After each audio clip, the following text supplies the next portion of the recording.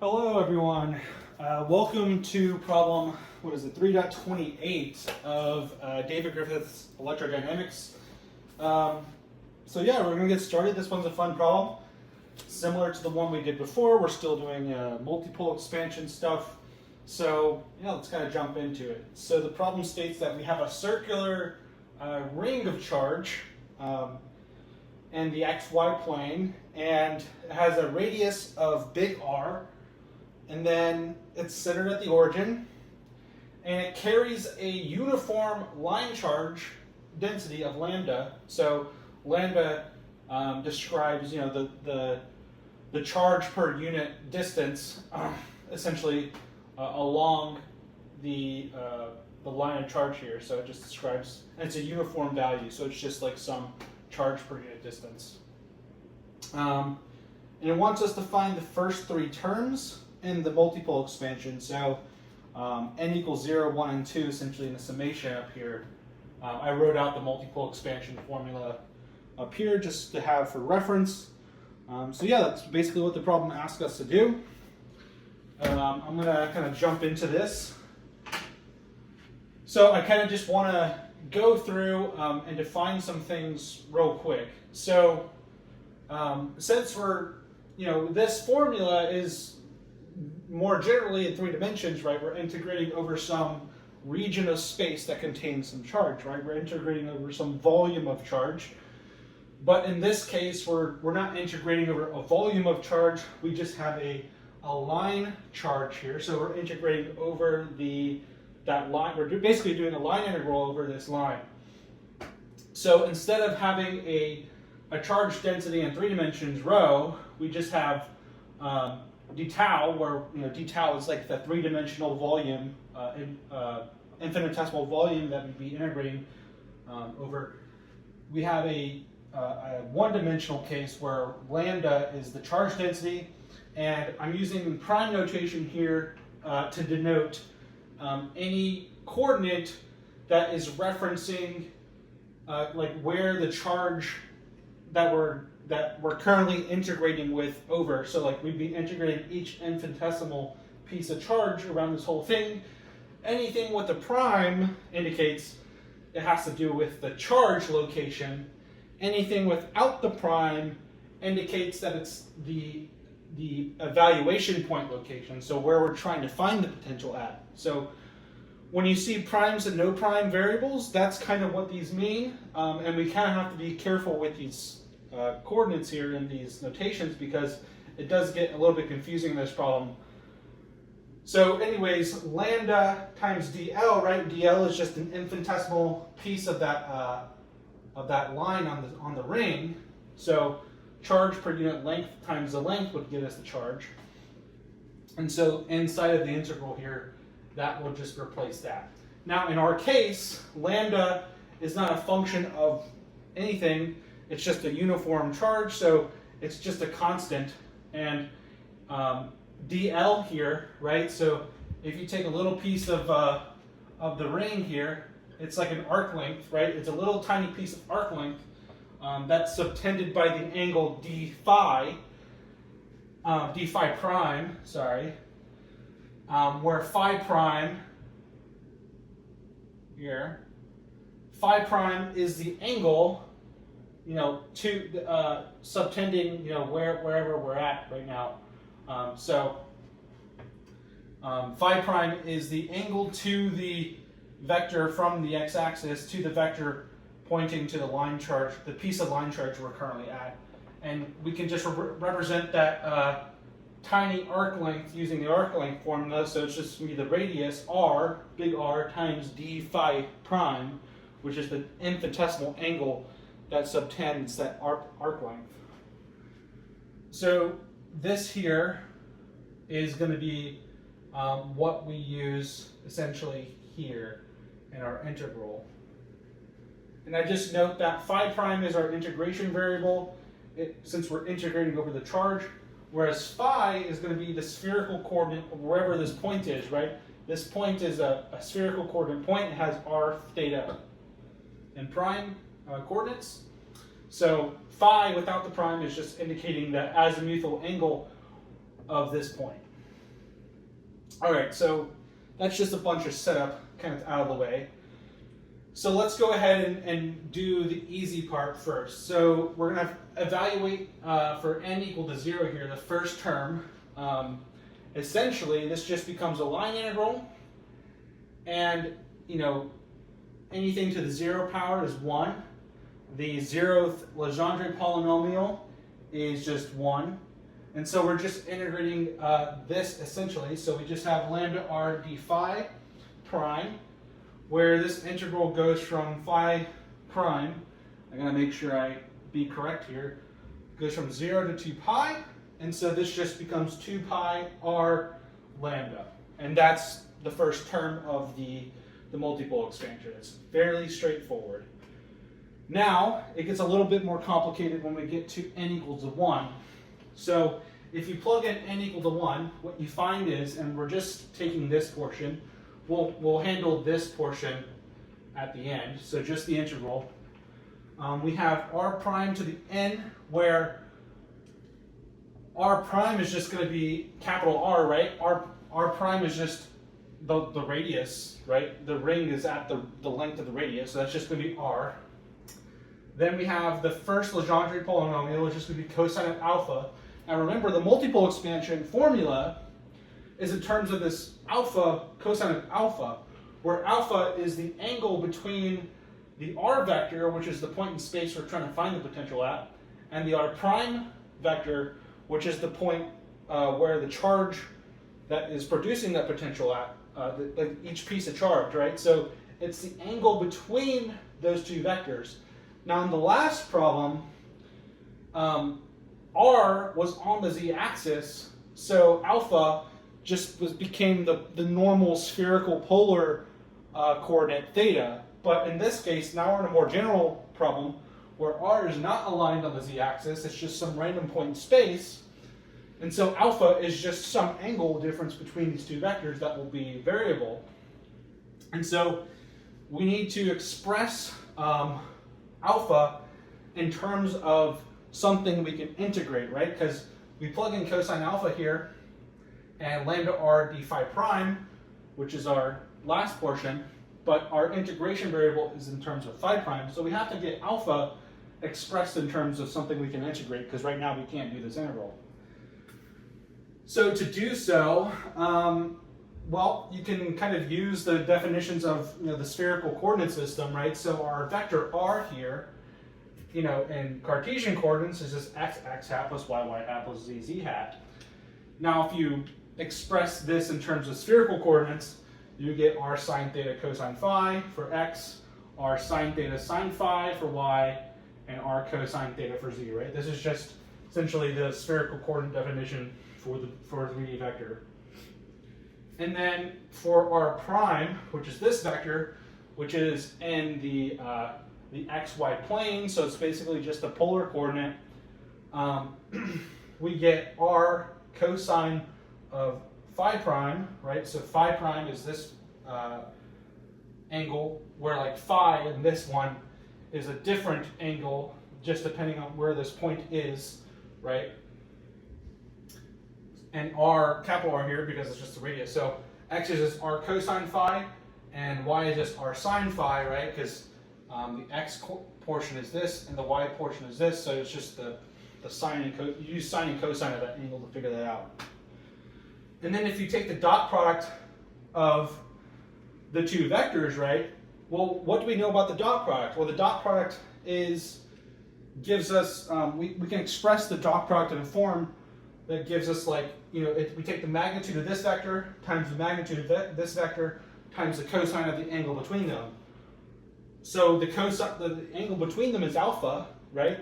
So that's what this side is over here. R is the magnitude of r, capital R is the magnitude of r prime, and then times the cosine of alpha. So we have that, but doing the actual dot product with these definitions gives us this whole mess. So if you just basically take each of these components, multiply them together, add them all up, you get that. You can factor some things, and you end up with this expression.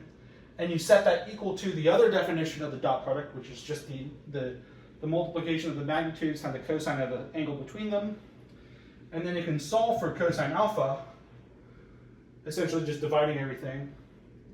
So the r's cancel, and you're just left with sine theta times cosine phi prime plus sine of phi prime. So this is the definition of cosine alpha in terms of phi prime. And what's nice is we have phi here, but phi is not our integration parameter. Phi prime is. So in our integrals, anything with just phi is going to be considered a constant. So if we take this expression for cosine of alpha and we plug it into our integral up here, what we get is this integral. So r sine of theta, which is constant, times cosine of phi prime plus sine of phi prime, all with respect to d phi prime. And so basically what these integrals evaluate to, right? So all of this is a constant, cosine phi is a constant, and we can split the integral up across the sum. So really all we're integrating here is cosine of phi prime and sine of phi prime. That's all these integrals are. And if you integrate cosine of phi prime, you get sine of phi prime. And if you evaluate that, the balance between 0 and 2 pi, you get sine of 2 pi minus sine of 0, which is just 0. And then if you evaluate the integral of sine of phi prime, you get minus cosine sine phi prime. And what you end up getting is just minus cosine of 2 pi plus cosine of 0, because there's a double negative in there. And so you get minus 1 plus 1, which is 0. So the whole monopole term essentially cancels out due to this. So there is no monopole term. So that's 0. I'll kind of just leave that up for just a second, just so you can take a look at it. And then we're going to move on to, there we go, our n equals to 2 term. So this one, it's not hard, it's just a little bit of algebra. And I went ahead and put some integrals that we had to do here and some identities up there. So these are the cosine and sine reduction formulas for doing integrals of cosine and sine to some power. So those come in handy. And then some integrals using those and whatnot. So we'll get to those when we get to them. But if you plug in for n equals 2 into the multiple expansion, we get our capital R squared here, because it's r prime to the n power, and r prime here is just going to be capital R. Then we get the second Legendre polynomial, so we get 1/2 times 3 cosine squared of alpha minus 1, and then lambda r d phi prime. That's our the last part of the multiple formula there. And then of course integrate from 0 to 2 pi. So what can we do here, right? Well, cosine squared of alpha, we can't use that, so we're going to have to plug in our formula for what we know as cosine of alpha and do a FOIL and expand it all out. So here we go. So if you plug in everything here, I factor out lambda, I factor out the r's because they're constant, factor out the 1/2. We get 3 sine squared of theta. So this is where I'm plugging in our formula that we got for cosine of alpha, times this long thing, whole squared, right, minus 1. That's this part right here. So basically, this is plugging in for cosine of alpha, and just squared everything, and then we have this. So we have to FOIL this out. So essentially, if you FOIL this out and split the integral up across all those sums, you know, this doesn't change. We get 3 sine squared of theta. We get cosine squared of phi times the integral of cosine squared of phi prime, plus sine squared of phi times the integral of sine squared of phi prime. All of this is between 0 and 2 pi. And then we get plus 2 cosine phi sine of phi, right? This is the cross term of the FOIL, times the integral of sine phi cosine phi d phi prime. And then minus 1, right? This integral distributes across, so minus just d phi prime there. So we have 4 integrals that we have to do. Most of them are pretty easy. So I went ahead and did those over here. right? So cosine squared, using the reduction formula between 0 and 2 pi, ends up just getting you pi, right? So if you plug in n equal to 2 into this formula, you end up getting pi. You end up just getting the integral of 1/2 of dx here. And then the same for sine squared between 0 and 2 pi. So this is just handy integrals to know. If you ever come across cosine squared, sine squared, you know, and it's evaluated from 0 to 2 pi, which happens a lot in physics and math problems, then it's pi. So it's just handy to know. And then the cross term integral here is just a u substitution integral. So we use sine of phi prime as our u, and so du becomes cosine phi prime d phi prime. So you end up just integrating u du, which is u squared over 2, which is just sine squared of phi prime over 2 from 0 to 2 pi, which is 0. So we end up losing this whole term, and then the last integral is just 2 pi.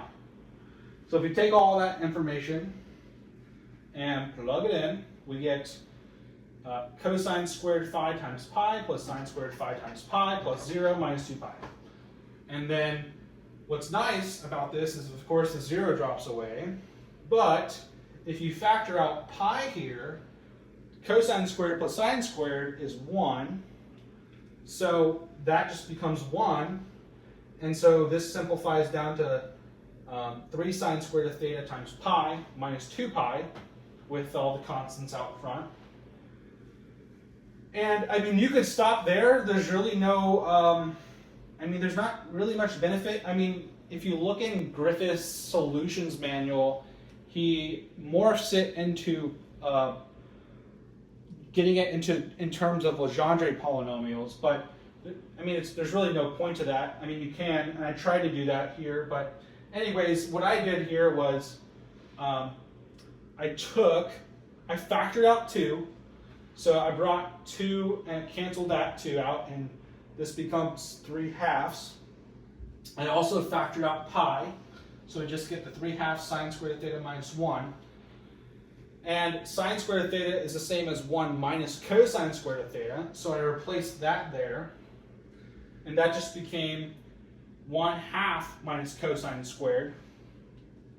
And then just factored out a minus sign here, just to kind of flip that around, so it's cosine squared of theta minus 1/2.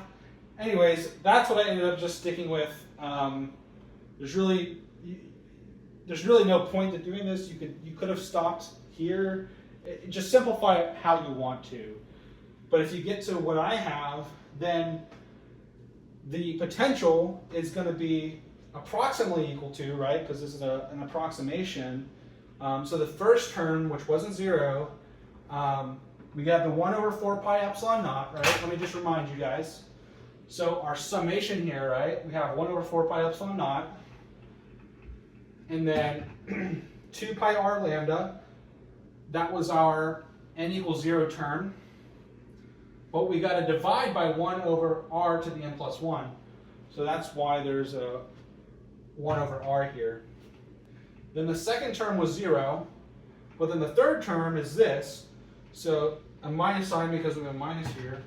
We have minus lambda r cubed pi times that mess. And then divided by r cubed because it's n plus 1. So we're getting r cubed. And then I think I just factored out, what did I factor out? I factored out 2. Did I factor out the 2? No, I didn't factor out the 2. I factored out the r, and I factored out the lambda and the pi. And so the pi canceled. Anyways, I just factored out some terms and left it like that. The problem doesn't state exactly what you need to get it down to, but if you compare this to the Griffiths solutions in the actual written manual, it's correct. So anyways, this is the problem. I hope you guys learned something, and yeah, if you guys do have any questions on the solution, if you see a mistake I made, feel free to point that out in the comments. I'll review it. I'll pen the comment, help other people. But yeah, that's pretty much it. So we're going to be moving on from the little problem section here, and inside we'll be moving on to more multipole expansion problems, but a little bit more complicated. So yeah, that's it. I'll see you guys on problem 3.29.